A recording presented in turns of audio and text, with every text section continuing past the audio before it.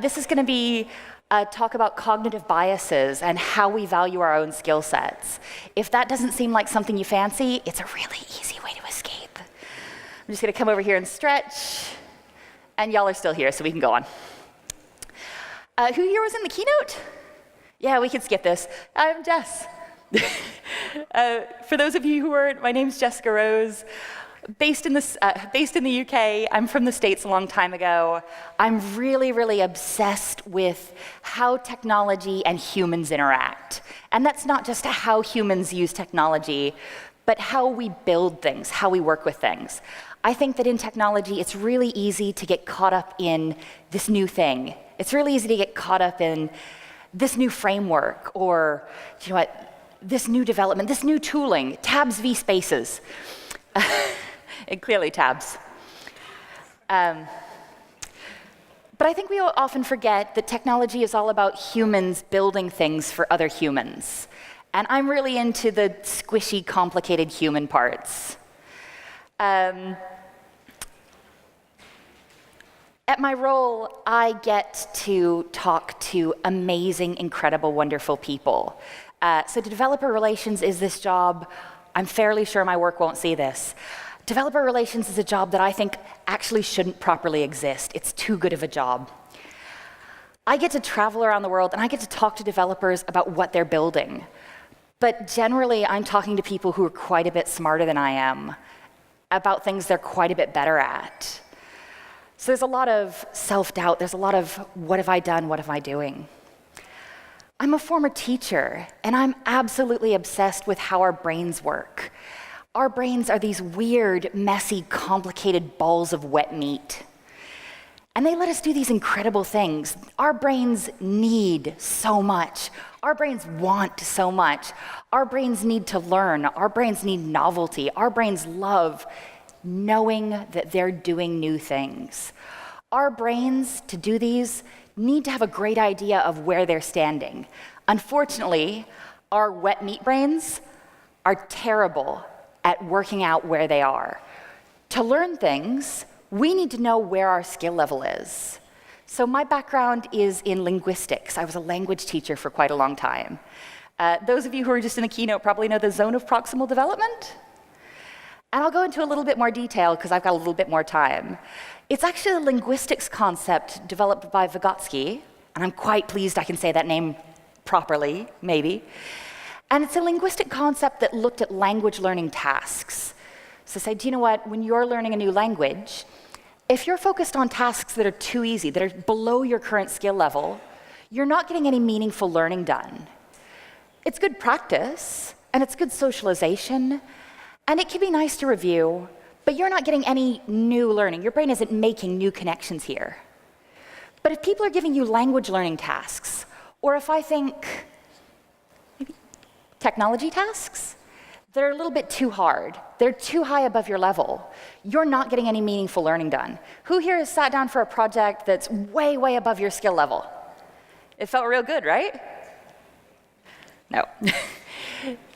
So if you're over here on the other side, not only are you not getting meaningful learning done, you can do really serious damage to your motivation. When I look at this, I like to talk about it in terms of an RPG.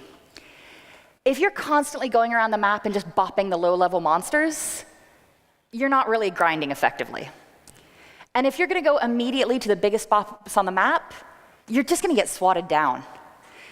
In learning and in video games, there's a sweet spot. You always want to be just above your level. Did anybody play the Katamari game years and years back? I'm potentially an old lady. Where you were a little prince and you rolled a ball and you needed to pick things up. And you were always able to pick things up only a little bit bigger than you. I think this is a really great way to say, when we're learning, when we're trying to develop new concepts, we need for our brains to be really focused on tasks just the next level up. So our brains are great, and they need to be in this sweet spot. Ooh. But our brains, our beautiful wet bags of meat, are terrible at knowing where we are. So who here thinks you have a really good grasp of where your skill set is? You know how good you are. You're terrible at this. But I'm terrible at this. All of us are terrible at this. Our brains are so bad at being able to tell us what our skill set actually is. So because I'm very lazy, I like to think everybody's secretly lazy. Just like a school child, I went to Wikipedia to get a definition of cognitive bias. Cognitive biases are sort of one of the things that makes it really difficult for us to gauge our own skill level and the skill level of people around us. So here we've got a cognitive bias is a blah, blah, blah, blah, blah, blah, blah.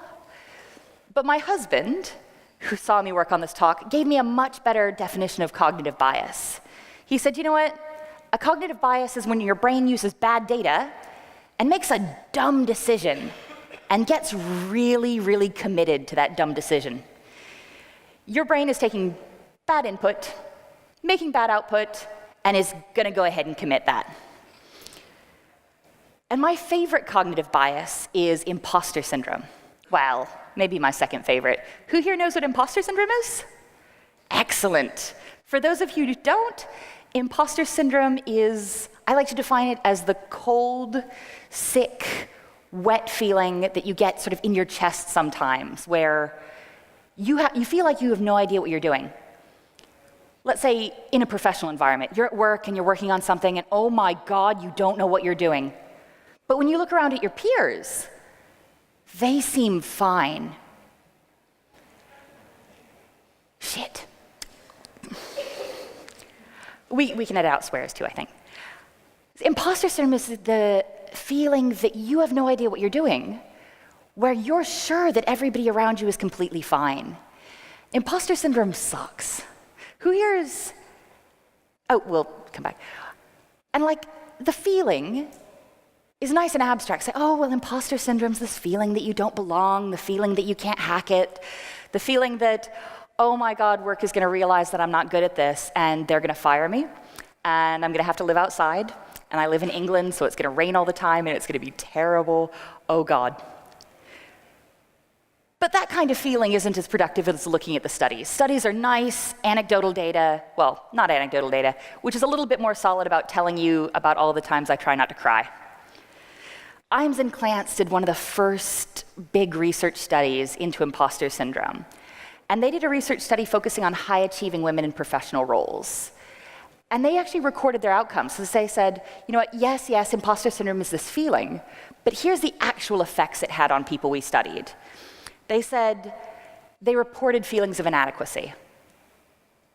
Okay, yeah, that's the definition of imposter syndrome. Okay, go on, guys. They found that people who suffered from imposter syndrome deliberately avoided displaying their target skills. If you've ever been to a hackathon with me, this rings very true. If it's something I feel good about, I'll be like, yeah. If it's something I don't feel good about, I'm going to take that actually out to the hallway and get some air, please. And they went on to say, actually, the people we studied reported that they used charm and social mitigation to work around their feelings of inadequacy. People who felt like they were imposters, people who felt like they didn't have the skill set, went out of their way to use social skills and soft skills to be nice, hopefully, so people wouldn't fire them. And actually, they found that the people they studied who reported feeling imposter syndrome reported that they spent more time, more actual hours working on their core skills. That the people, the women in this case, found that they worked harder at what they felt unskilled in. Okay, so imposter syndrome does these things. Okay. I want to jump back and look at it, so who imposter syndrome impacts. So coming back to Imes and Clance, they talked about high-achieving women. But I like to do anecdotal data sampling because it's fun. Who here's ever felt like you had no idea what you're doing and everybody else knew what they're doing and oh God, you're going to get caught? Very quickly, keep your hand up and look at who does not have their hands up. It's awesome. Excellent, excellent. Remember who did not have their hands up. It'll become relevant later. So Imes and Clance said high-achieving women. Okay, that makes a lot of sense. But Imes and Clance set out to study high-achieving women and found high-achieving women. So let's go ahead and dig a little bit deeper. Vera Vasquez and Corona did a wide-reaching study, and they found that in their research that high-achieving women of color were more likely to report imposter syndrome. And then I read a whole bunch of papers. I didn't want to cite them all because I had 40 minutes. And they said, you know what, when we do the research, we find that high-achieving visible minorities report feeling imposter syndrome the most. But we just did a quick and dirty anecdotal sampling, and anecdotal data is just as good as empirical data, right? And we got a really wide range of people who were just like, well, actually, I sometimes feel like that, and it sucks. So what's with the mismatch in our anecdotal data set and the empirical data? I think one of the reasons that you saw women appearing again and again in research data is that often in Western cultures, it's much more safe for women to say, I feel inadequate. I feel like I need these skills. I feel like I'm not keeping up. Because in a lot of ways, it's much safer. It's much more socially acceptable for women to say, I feel anything. I think there's a lot of pressure for men in the workplace and men in social situations to be like, I'm fine. I don't have any feelings. I don't cry at night. And I think part of this as well has quite a bit to do with representation and role models. If I am a yellow blobby smiley face, and I'm not really feeling confident, I don't feel like I have the skills, I don't know what I'm doing, oh God, oh God, oh God, oh God, and I look around, and actually, my coworkers are also yellow blobby smiley faces, and do you know what, they seem largely fine. We have a lot in common. I really identify with these people. Everything's probably fine. There's a lot of yellow blobby smiley faces here. We're all cool. I'm gonna go have a coffee and chill. But if I'm a gently unhappy cat face, and I look around, and I'm like, I feel like I don't know what I'm doing. I feel like I'm the only person left out. I feel like I'm the only person not catching up. And I look around into the sea of yellow blobby smiley faces. That's not massively reassuring. I don't have as much to do with their lives. Their lives don't reflect mine. I don't model myself and their success. That's not going to be as easy. And I think many times internalized discrimination comes into play. So when you see people who don't fit the mold of the industry around them or the environment around them, they're getting subtle and less subtle messages that they don't belong, that they're not supposed to be here, that this is not their space. And on some level, internalizing those messages and say, oh, maybe I don't belong here. Maybe I am just faking it. Maybe everyone else knows what they're doing. Crap. And I think it's really interesting because I think technology is wonderful. I think technology is so exciting. But I think a relatively recent jump in technology has made imposter syndrome in a lot of ways much worse. So when you go back 20, 30 years, if you wanted to compare your life to the lives of others, you had your peers and you had your neighbors, but you only really saw them in real time. You only really saw them in interactions. If you wanted detailed information about somebody else's life, you got fairly recently reality TV stars, which I don't think we compare ourselves to that often. Or you got political figures, you got public figures. You only saw detailed information about somebody's life if they had a pretty noteworthy life. With social media, you have an amazing opportunity to compare the entirety of your experience with a very carefully curated experience of someone else. If I go out for an amazing dinner, or if I get an award, or if I give a talk that goes especially well, absolutely everybody across every single one of these platforms is going to hear about it. If I have a terrible day at work, and I have no idea what I'm doing, and oh God, oh God, oh God, maybe Tumblr. So that sucks. So far, everything we've talked about imposter syndrome just sucks and sucks some more. Like, hey, imposter syndrome is a terrible feeling. Hey, it's gonna really screw you up. Hey, it's likely coming from discrimination and you comparing yourself to your peers. Can we fix it? And you all are really lovely people. You're the nicest audience I'm gonna talk to this week. Are you incredibly lovely people? Love the people over there going, no, just move on. So of course, you're mostly interested in finding ways to support people you work with and support people in your communities and make sure they feel okay? You're like, oh, no, come on, move along.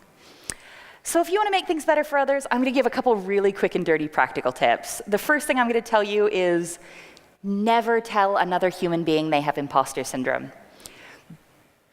When people are coming to you and being really vulnerable and being really honest, and you say, hey, I don't feel like I have the skills for this. I don't feel like I'm good enough here. I don't feel like I'm really achieving what I need to. Take them at their face value. They can be telling you, I don't fit in with the culture around me. They can be telling you, I have actual skills gaps I need to work with. They can be telling you, people around me aren't communicating well and supporting me. I absolutely love hackathons, and I love student hackathons. I, last year, was working on a project and sort of muttering darkly to myself about, I suck at this is terrible, and had the nicest 18-year-old boy in the world walk up and be like, yes, it's okay. I'm going to fix it for you. You have imposter syndrome.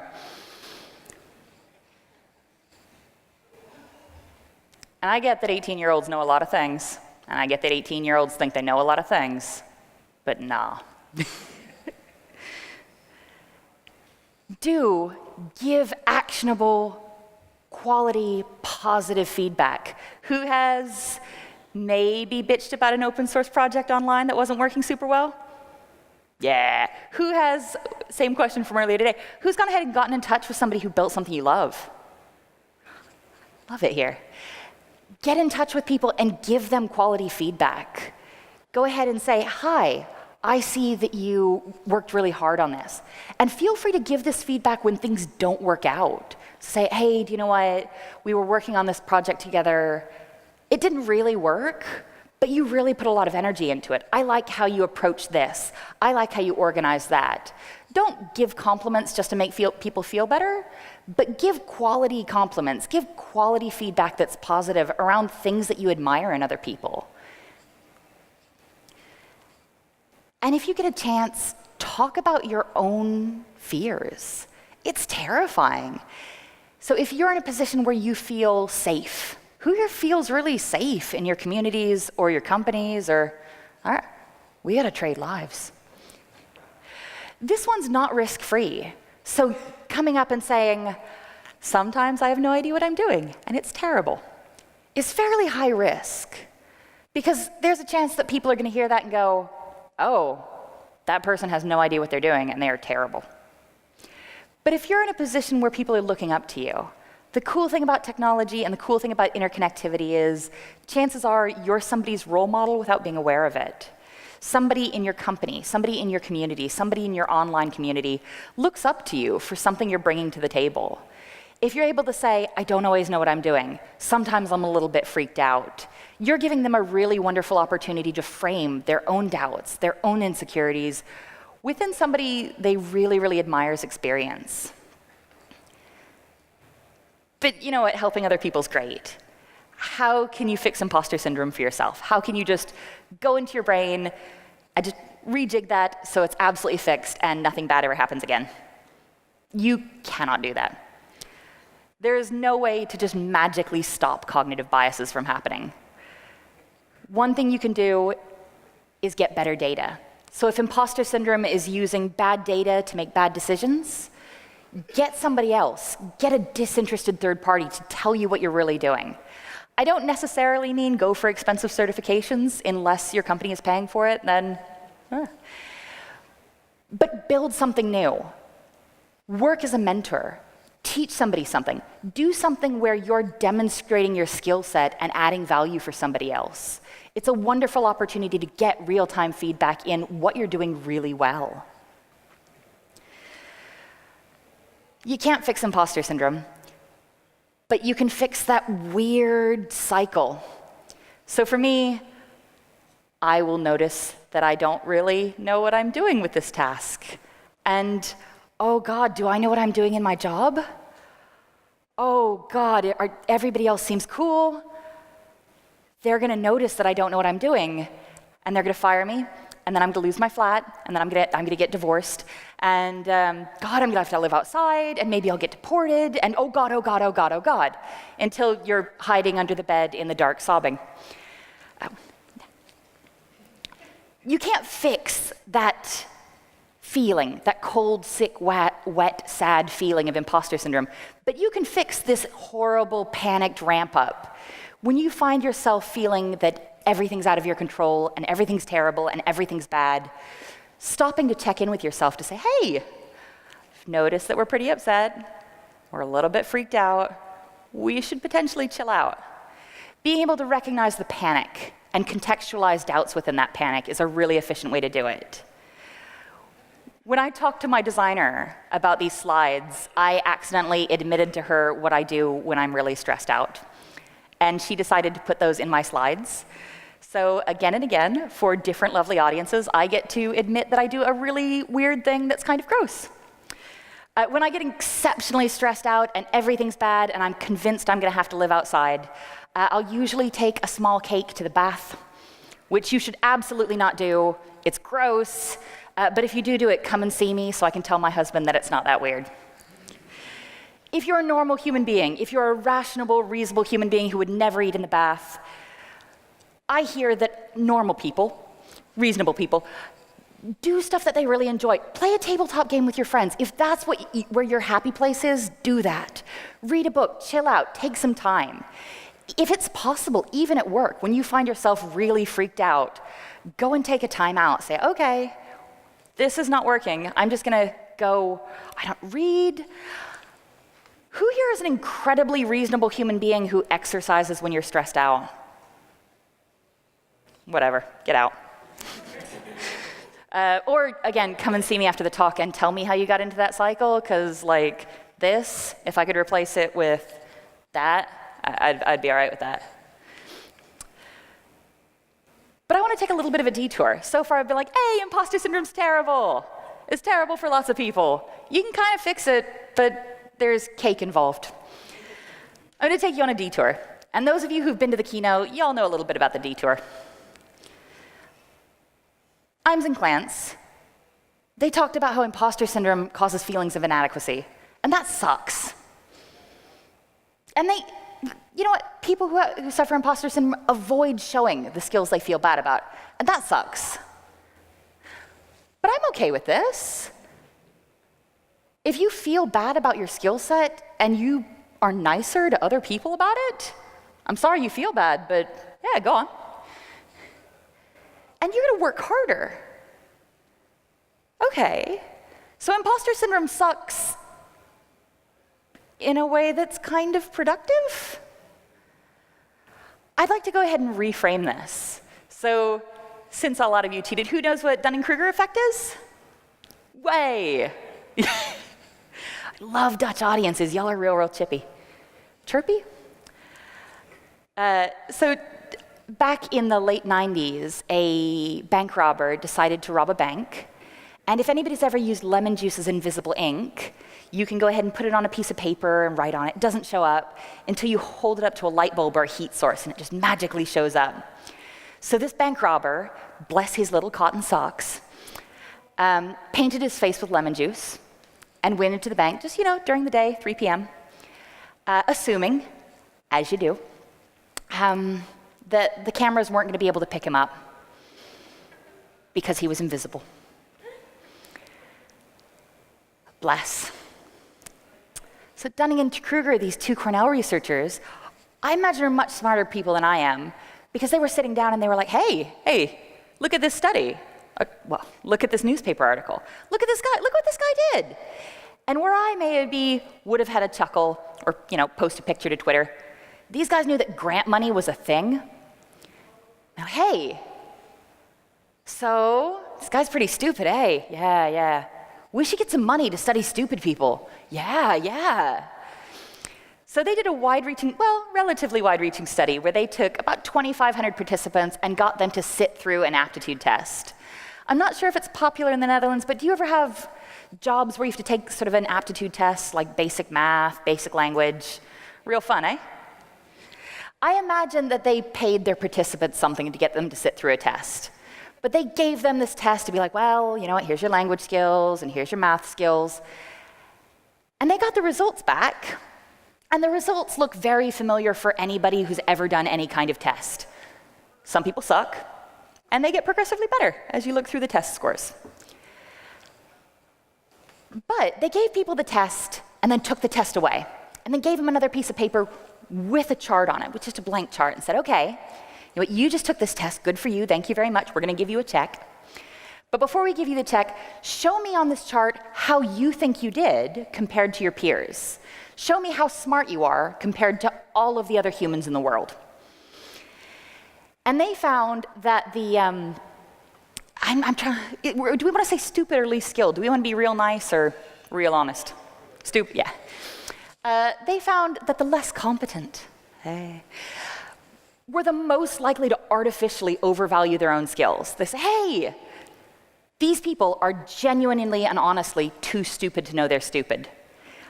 I love this study because that language is actually included in the study. Too stupid to know they're stupid is in my favorite research study. It's glorious. And they had some really interesting findings come out of this. And these findings, if you're anything like me, will fill you with a familiar sense of rage.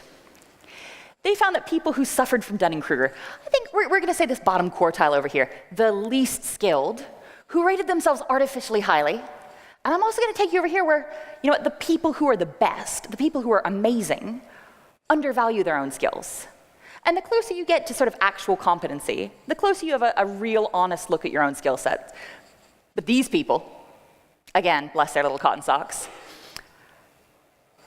the unskilled, they have no idea that they are unskilled. The most poorly equipped for the job have no idea that they are not ready to do what they need to do. To make it better, they have no idea what skill looks like. They cannot see skill in other people. Not only do they not appreciate that they suck, they have no idea that you're great. And they found, you know what? It is entirely possible for people like this to move past their own deficiencies. They can get less dumb. But to do that, they're going to have to recognize their lack of skill, which is never going to goddamn happen. Has anybody worked with anybody that kind of feels like this could be a good descriptor? Again, this is one of those things where it's like, hey, has anybody worked with somebody who's dumb, who thought they were great, who thought that you were horrible? Whenever I give this talk, people will ask in the question and answer, like, hey, I work with somebody like that now. What can I do? Like, you need to move departments or quit your job or, I don't know, murder them? Don't. You just go as far away from that as possible. So these people, these lovely people, don't know that they suck. They don't know that you're great, and there is nothing you can do to convince them. This is a fixed. But once we move past that white-hot rage of knowing that it's probably not their fault and it will never change, it's actually a different way to look at imposter syndrome. So your brain, your broken, depressed, panicked wet ball of meat that helps you make your decisions and sucks at telling what your skill level is, it's giving you these horrible insecurities. It's giving you these doubts. It's saying, hey, you're not good enough. The people around you are better. They know what they're doing. But when you look at this next to Dunning-Kruger, this is your brain sending you a really crappy error message. This is your brain saying, hey, this horrible feeling, this feeling that you're not in control, this feeling that you don't know what you're doing, this is your brain's best bad attempt at letting you know that you're actually skilled. So when I talk about imposter syndrome, when you feel like you're faking it and everybody else around you is great, I don't want you to feel like you're a failure. I want you to feel like you're ripping people off, like you're getting away with the crime of the century. You feel like you don't know what you're doing, and that is the best sign you have that you're actually wonderful. Thank you very much.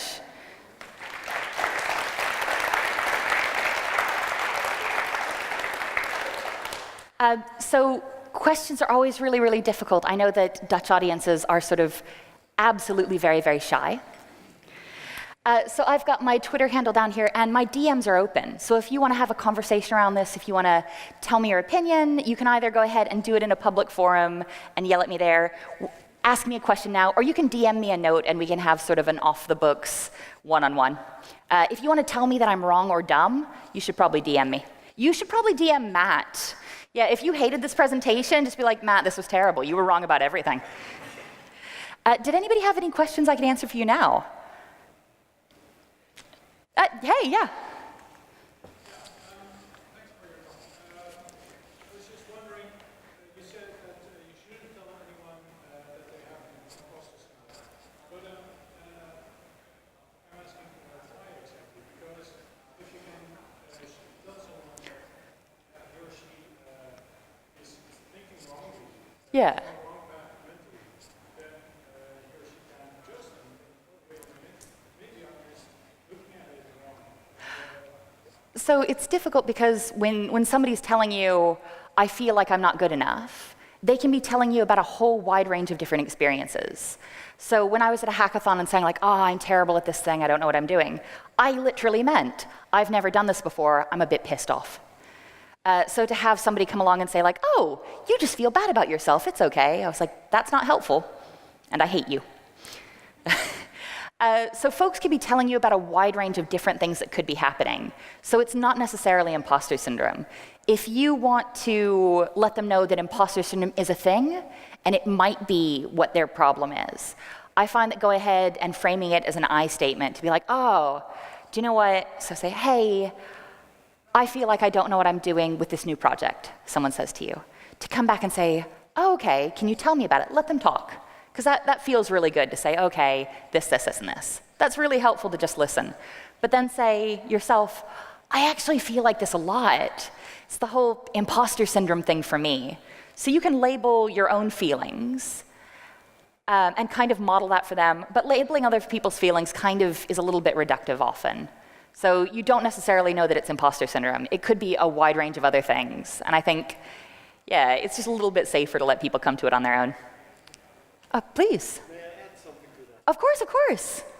If somebody's thinking that he is doing something wrong, or and you add to it that he is doing something wrong, then you're actually helping him feel bad about himself and acknowledging that he is doing it wrong. Yeah. So it will never help. Like if you do have to add, if somebody comes to you, I gave this talk and I used a term that is a slang term for this, which is very impolite, so I'm going to say compliment sandwich. Hey.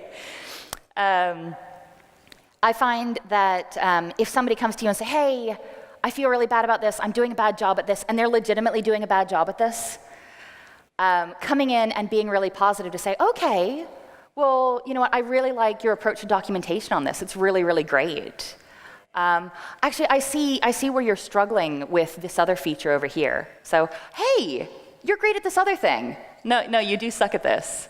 And then bring them out something nice to be like, but I really like the approach. I really like that you keep trying at it. So say a nice thing, the critical thing, and a nice thing. Just be like, hey, you're wonderful. Stop doing this, but you're wonderful. Did anybody else have any questions I could help you with? Most of them are just going to be like, ugh. Humans are amazing, but they don't scale especially well. So if you've got more than one human you need to deal with day to day, good luck. If there's no other questions, I'll go ahead and hop off the stage. Thank you again for your time. And yeah, go ahead.